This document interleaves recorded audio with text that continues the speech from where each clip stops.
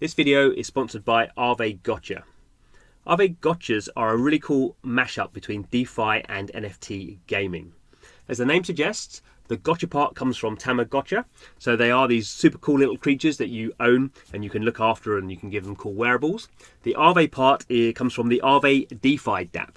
So in AXIE, people lock in Ethereum-based tokens, and in return they get an A token, which is an A version of that token. And what's interesting about that is you earn interest on it, and that happens because you lock your collateral into AXIE and then other people borrow those tokens at a higher interest rate. So you gain an interest rate based on the fact people are borrowing them. So that means because each AXIE Gotcha is created using A tokens, they have an inherent value, the value of the A tokens that was used to create them. And that value goes up over time because the A tokens are increasing in value because of this interest over time. As well as that really cool mechanic, we have all the things we'd expect in NFT gaming. So as you see here in this white paper, which you can go and read, they have randomly generated traits, they have kinships, they have a token, the ghost token. There is a DAO which looks after how the thing develops. There's going to be a whole universe and land and mini games and all the things we'd expect. So really innovative project, definitely worth checking out at axiegotcha.com. And thanks for the sponsorship. Hello and welcome to Blockchain Gaming World Daily with me, John Jordan. Please do subscribe to the channel. So this is a roundup of AXIE Infinity's 2020, so a few days late for me to come to this, but I like this kind of stuff when projects or games try and kind of encapsulate kind of what they've been doing. Obviously they tend to do this, they tend to focus on the positive. With nothing wrong with that, but I think it is interesting, and you kind of get to see what's going on over the entire project, whereas we can all follow tweets and look at mediums and stuff, but we generally miss information. So I think it's quite a nice thing to do, even if most of this information is probably fairly well known to some of us. Okay, so I like this. When historians write the history of AXIE Infinity, 2020 will stick out as a key turning point for our digital nation. What does that actually mean? Well, let's actually go and have a look at some data, I suppose.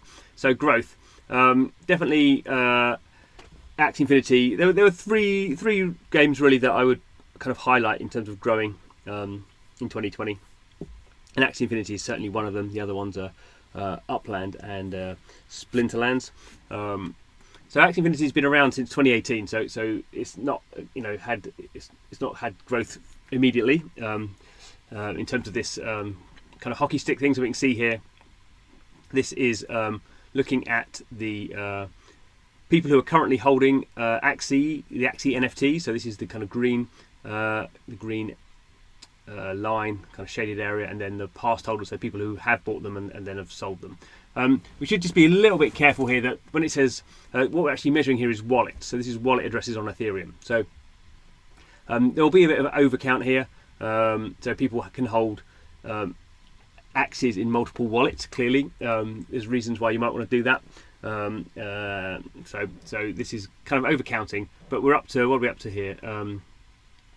Up to about 28,000 individual Ethereum wallets are currently holding AXIE NFTs. We can, at the start of the year, we can see here there was 3,000. So there have definitely been, however that you're measuring this kind of stuff, there's been kind of rapid growth. And probably as time goes on, fewer people will have them in multiple wallets, I would think.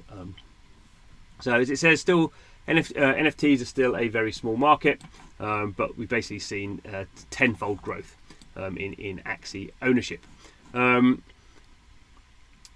So this is a comparison of Ethereum dApps and looking at the users. What's this is saying for? Looks like this is for a month. This is from DApp Radio, yeah, 30 days. So I don't know if they've cherry picked this for the time when AXIE Infinity, was it for December? I don't know, I think this was from December. So we can see this is the first game. A lot of this DeFi stuff is there, but AXIE Infinity is the first game that's kind of really up there. So this is looking at the volume of trading. So we have in blue here we have the daily volume, and then in the yellow is the cumulative volume. So the cumulative volume is basically adding up every day. So we can kind of see where the big peaks were October, we see these big peaks, and that's what drives. So it's not just these big peaks that are driving. We can see the trajectory, the gradient of this line is pretty much the same in 2019 into the middle of 2020, and then we kind of have this inflection point, we would call it, where the gradient of the line changes drastically, and then looks like it's tailing off a little bit. But we can see here the marketplace volume is up 600%, so that's pretty much fivefold. And again, we can see this. Let's click on this one. Okay, so this is again from DAP Radar. So this is, you can see these are individual axes being sold, and the ETH price peaked at 300 ETH in early November. But there was still some fairly expensive ones, so we kind of went from the start of the year, we had 90 ETH was the most expensive, and then we got up to 300 ETH. We had this weird period where it went 150 ETH, 200 ETH, 300 ETH, and then we had these other ones selling. Obviously now if they were selling at this kind of level, they would probably be more expensive because the ETH price has gone up. So we can kind of see these are very high-end, what we call mystic axes, so they have very specific rare parts. Most of these are 3 or 4 part mystic axes, very rare. So that's why they're going for these kind of big value, big amounts of value. Okay, so some more tech stuff going on here. So we've seen quite a lot of kind of strategic alliances, partnerships, however you want to call them, in 2020. Binance in particular has been getting involved in NFTs, so that's interesting to see. And in particular for AXIE Infinity, it's launching this new technology, an Ethereum sidechain called Ronin, so they don't have to deal with gas fees for selling. So it's kind of quite complicated to roll your own sidechain, but that's what they decided to do. AXIE Infinity was using Loom, and then Loom kind of fell apart a little bit. So these companies are also going to be validators for the basically running the computers that will run this sidechain. There was NFT quests with Kyber and Aave. So if you own some Axies and you also own some of these tokens, you could get these special NFTs.